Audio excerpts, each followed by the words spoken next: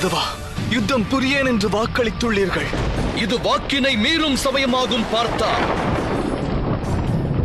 ஆகையால் நான் அளித்த வாக்கை அளிக்கின்றேன். ஆனால் மாதவா, அகிலமே தம்மை பழி கூறும் அல்லவா? அந்த பழியையும் நான் ஏற்பேன் அர்ஜுனா. இந்த யுத்தம் முடியும் தருவாயில் நீ போற்றும் வாசுதேவனை பலர் சாபம் தந்து தூற்றப் போகிறார்கள் என்பதை அறிவேன். அதன் விளைவை பற்றிய சுகமோ துக்கமோ என்னில் இல்லை. தற்சமயம் கங்கை மைந்தர் பீஷ்மரின் மரணமே அவசியம்.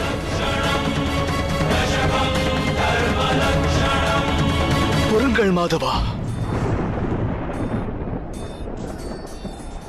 விஜயனுக்கு வாய்ப்பை நல்குங்கள். நான் அனைத்து மோகத்தையும் தியாகம் செய்து எப்பாடுபட்டாவது பிதாமகர் இச்சையை நிறைவேற்றுவேன்.